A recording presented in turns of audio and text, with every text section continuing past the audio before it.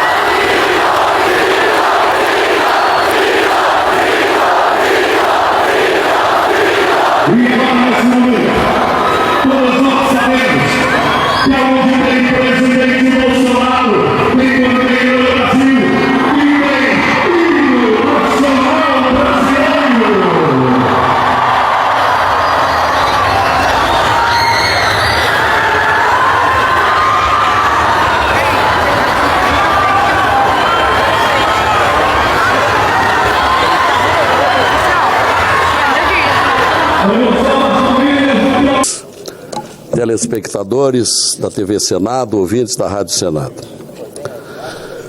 Em editorial da semana passada, dia 15, o tradicional jornal O Globo fez uma oportuna reportagem sob o título "Ativismo do STF representa risco preocupante". Ponderável conclusão, senhores senadores.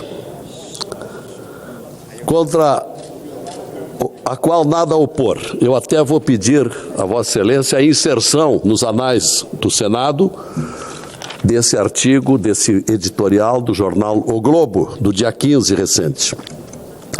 O único reparo que entendo caber sobre esse editorial é com relação à demora que o jornal teve para tal percepção, assim como quando escreve que o outro risco para a democracia está no fato desse risco estar passando despercebido.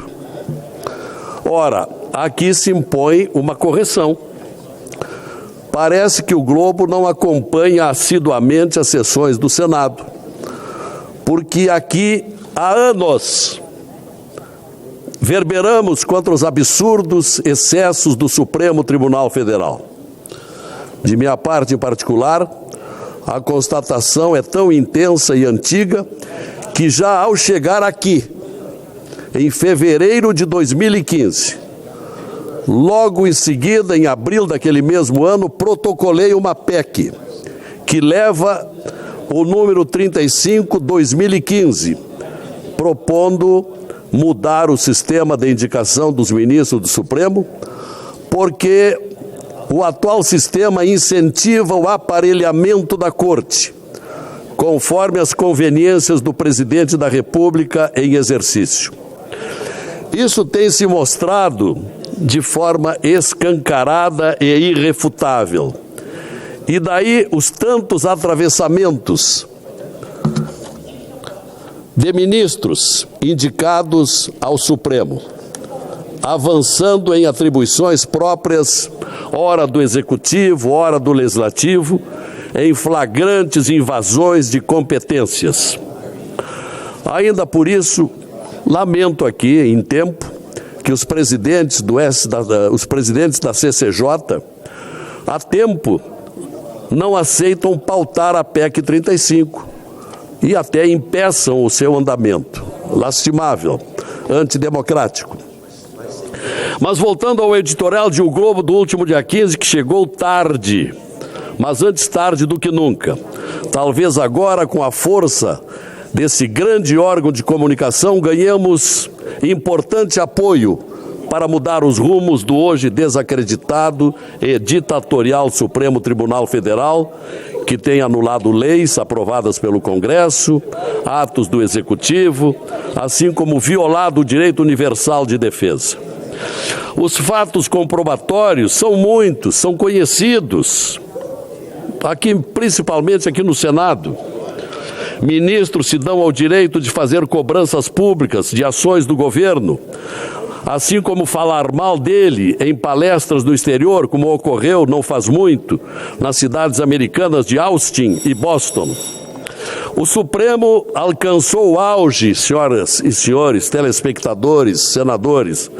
O Supremo alcançou o auge das arbitrariedades no famigerado inquérito das fake news, o inquérito 4781, proposto sem participação do Ministério Público e dali até a prisão do deputado Daniel Silveira, passando por cima da inviolabilidade parlamentar e ignorando a atribuição que era da Câmara Federal. Nesse aludido processo, o 4781, o absurdo dos absurdos. A Suprema Corte instaurou o feito se dizendo vítima, partindo, como se sabe, sobejamente se sabe aqui, partindo para investigações, julgamentos, condenações e ordens de prisão. Tudo bem conhecido. Não há paralelo no mundo de... Peço algum tempo a mais, presidente. O caso virou queda de braço de natureza pessoal do ministro Alexandre de Moraes e o presidente da República, que, como se sabe, concedeu o indulto a Daniel Silveira, prisioneiro perseguido pelo ministro. Outro fato, senadores, foi a recente decisão do STF de manter votos de ministros aposentados nos casos em que os julgamentos foram suspensos por pedidos de destaque. Ocorreu aqui um limitador contra os ministros indicados por Bolsonaro, Nunes Marques e André Mendonça. Tal gesto mostra o caráter intransigente do bloco daqueles 7 ministros indicados pelo PT. Assim, senhor presidente, precedentes perigosos estão abertos. Vejamos ainda o caso do cerceamento das operações policiais nas favelas cariocas. Enquanto isso, contraditoriamente, exigiu do Executivo, há poucas semanas, pressa na apuração do desaparecimento do indigenista e do jornalista na Amazônia. Foi outra intromissão. Em meio a tudo isso, ainda o que dizer de uma comissão de juristas, liderada pelo ministro Lewandowski, para propor a revisão da lei do impeachment. Logo quem passou por cima da Constituição quando do afastamento da presidente Dilma, modulando aquela condenação, como todos lembram bem. Por fim, cabe sempre lembrar, embora o fato jamais será esquecido, com relação à decisão da Suprema Corte de descondenar aquela decisão de 3 instâncias contra o ex-presidente Lula para torná-lo livre e candidato à nova eleição. Mesmo com todo o Brasil sabendo da materialidade dos crimes, autorias e procedências das provas imputadas a ele e à sua curriola, brutal sinal de impunidades.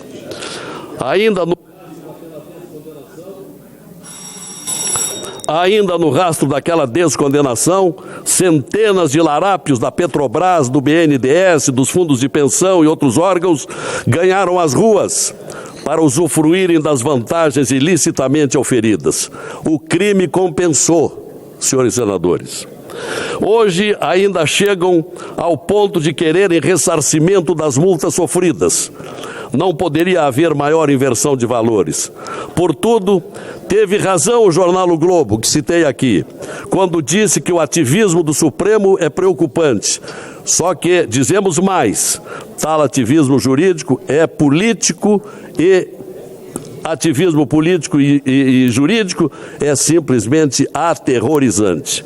Para encerrar, senhor presidente, agradecendo a tolerância do tempo, pergunto, vamos seguir aqui inertes, contemplativos a esses descalabros? Pelo menos, senhor presidente, peço-lhe encarecidamente, presidente Rodrigo, Vossa Excelência, tão educado e que faz uma bela gestão, avoque para o plenário a PEC 35, para abrirmos uma perspectiva para a designação futura dos ministros do Supremo. Vamos discutir aqui, presidente, ainda há tempo. Do jeito que está, não dá mais. Obrigado.